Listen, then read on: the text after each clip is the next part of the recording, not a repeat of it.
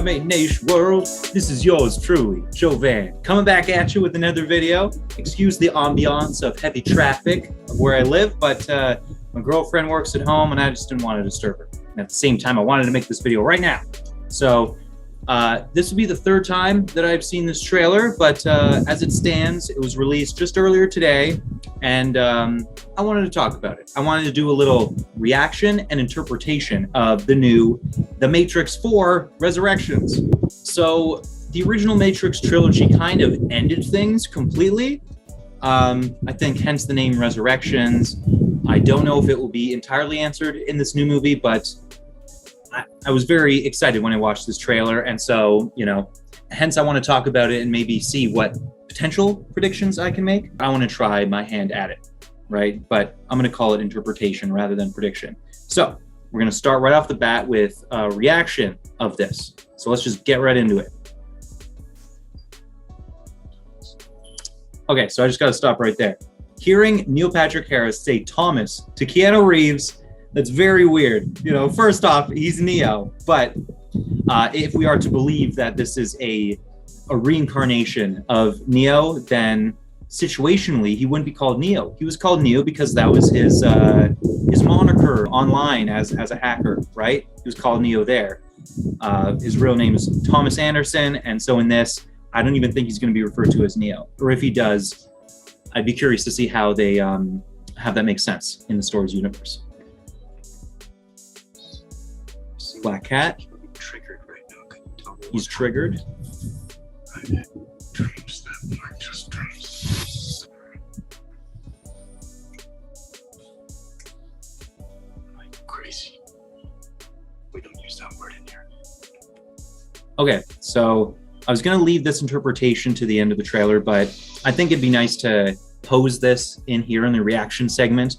The original Matrix movie that came out, I don't know if it was 1999 or 2000. I think it was 1999. It portrayed Keanu Reeves' character as the everyman, right? He was kind of a blank slate. He didn't have much of a personality. He was just an individual who was inquisitive and saw the world that he was in and wondered if there was more out there, that kind of a thing. And he was really a portrait hero. He was meant to be a mirror that the audience could reflect and see themselves on.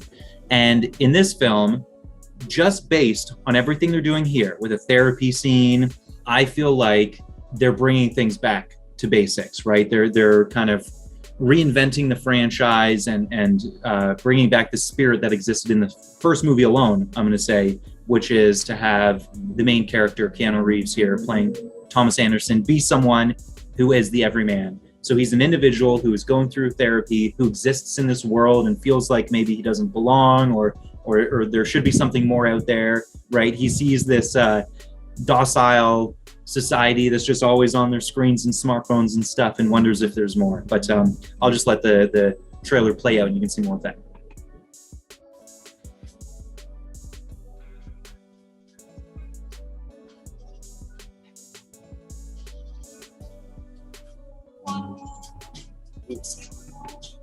So there's an exciting concept, which is Keanu Reeves decides to take the blue pill instead of the red pill. I don't know if it's a direct decision that he has to make, or if this is just purely symbolic, just for the visual sake. Oh, fuck, these noises. Jesus. Anyway, he has to take the blue pill in this film instead of the red pill. And as we all know, the blue pill keeps you stable in reality, even though it's a simulated one. And the red pill takes you down the rabbit hole, and you see how far it goes.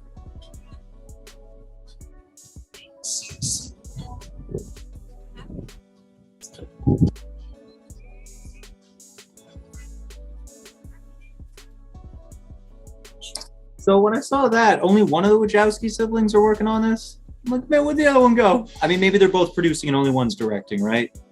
What do we know? But either way, there are certain directors that make incredible films that boost them up into this fame status, and then they can't uphold it with future projects.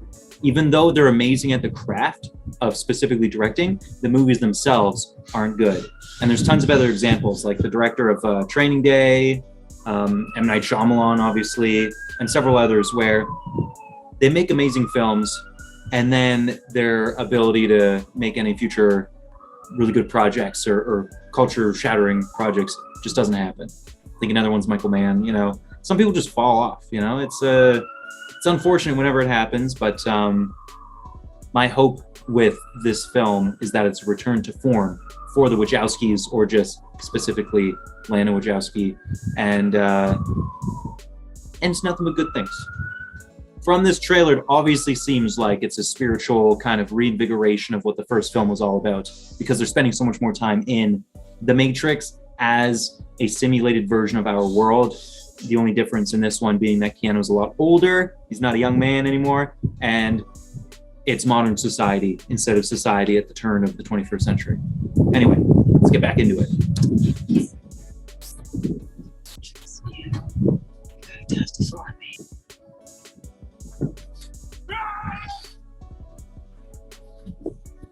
Love to see the superpowers. What a film for Christmas, too. Also, I gotta say, their marketing is pretty tight, you know? Like, they came out with some teaser trailers before this full feature-length trailer, whatever you want to call it, and it played up kind of the same marketing that they used for the second Matrix film.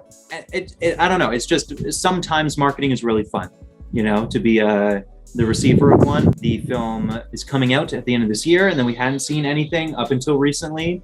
It allows hype to be built up in a way that's very financially smart. You don't just release a trailer a year before and then sit on it, because then anticipation dies down a bit. And I gotta say, the manipulation totally worked on me. Like, I am absolutely hyped for this movie. I cannot be more excited for when it comes out. I have high hopes that this will be far better than how they ended the story with the third one. And then I don't know if I would even want a second one after this. I feel like just making another great Matrix film and then ending might be the best move. But of course, we'll have to see once it comes out. So let's just continue this trailer.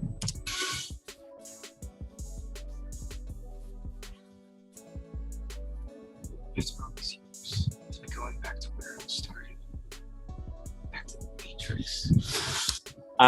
You know, my face is covering that guy's face, but that's the guy who plays the king, and Alexander Hamilton. He's going da da da da da. So it's funny, he's the one who's supposed to be self-referential with that after all these years, you're back in the Matrix kind of line. But either way, that's the film. I mean, I guess I can let the title play out here. The Matrix, Ressurections. Soundtrack, gorgeous. Love to see it.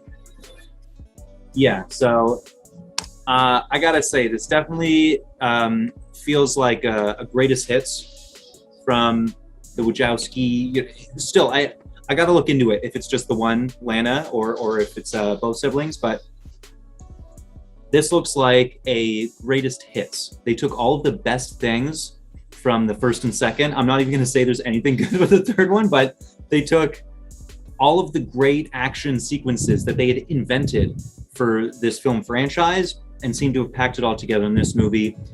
They bring back the whole I'm in the Matrix and I need to escape, which just simply did not exist in the second and third movie. And it looks like it's going to be a great movie, at least with the action. So now it's time for interpretations. One thing that has me left in an unanswered query is with how they're getting the two main actors back, but then not the third main actor, Morpheus, played by Lawrence Fishburne. I mean, is it Fishburne or Berg or Borg? Lawrence Fishburne, I think just Burn. Anyway, he's the only one that survived in the original trilogy. And at first, having a younger Morpheus in this movie immediately makes you think that this must be a prequel. But I remember hearing something about how it's a sequel. So that has me scratching my head that there's an older Neo, but then also the society is more in the future. However, since it's the Matrix, they could restart it, and the end of this movie starts at the beginning of the first one, where they, I don't know, kill Neo and then bring him back to life so that he's the original Neo from the first movie. I don't know. I think I wouldn't prefer that.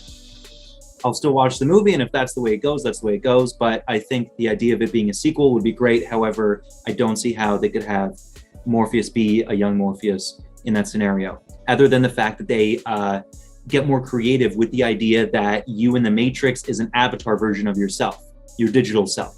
If that's the way they're playing it, That'd be great.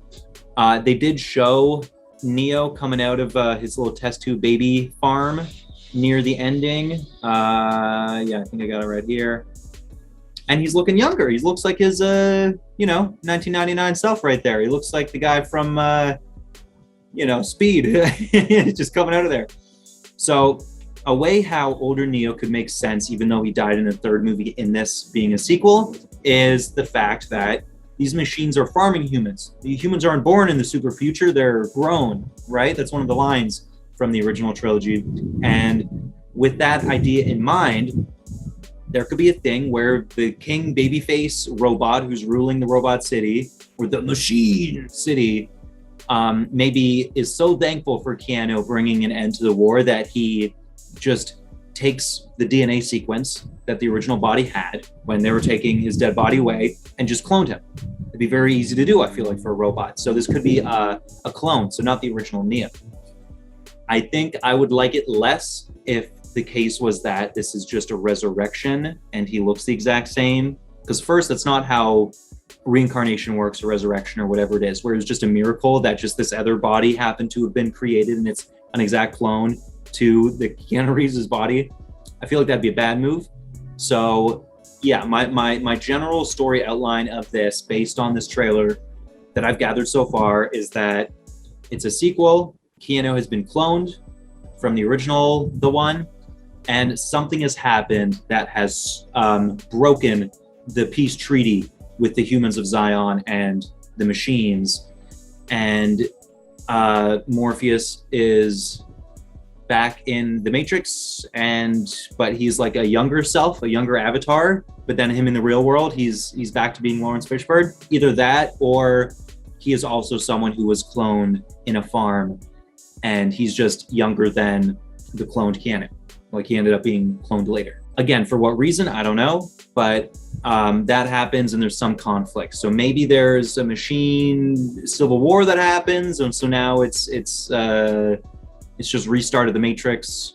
Who knows? Either way, I feel like the action alone in this film is going to be absolutely phenomenal. I have nothing but faith in the directing ability of Lana. That I feel like that's never gone away, even though the projects have unfortunately progressively gotten worse and worse, like with whatever that racing car movie was, and then with The Show, and with Jupiter Ascending and all those movies. I liked Cloud Atlas, however, I do think it was not very accessible for others, and the scripting could have been tighter. But the directing was great, cinematography was great, special effects were great. So I have nothing but faith that the action in this film will be top tier 10 out of 10 material. It's just a matter of whether or not the story is going to be good. It's called Ressurections. Old Keanu is back, but he's blue pilling it. I feel like this is a clone of Neo, and I can't wait to see what conflict exists in this movie and exactly where the story takes the Matrix universe. Yeah, I think that's about all I got to say about it. So now, everybody who's here, what do you guys think about my interpretation of the trailer? Are you pumped for The Matrix 4? Have you seen the original trilogy? Did you also very much not enjoy the third movie and are anticipating this to be a breath of fresh air? I mean, this is something that's happened a lot, where there are sequels 20 years later, that kind of a thing. And I feel like it is for the better when certain franchises kind of took a dive. Like another thing would be Star Wars, where unfortunately the sequels did not do justice, but I think the animated shows everyone is saying is really good. Another would be the Halo franchise, which I'm a huge fan of. I feel like 5 was like Halo at its lowest point, and now with Halo Infinite, I'm getting the same levels of their respark in this thing that made it great. They're bringing back the energy of the original, and I'm very excited for it. So I will be playing Halo Infinite in December, and then I will be watching Matrix 4, and I'm just hoping that it kind of re-inspires the same sort of hype that existed for the originals, and it brings back that kind of joy to cinema and the entertainment world in general. So yeah, I guess that's going to be it for this time, but as always, sleep well, fellow primates, and I'll see you in the next one. Bye-bye.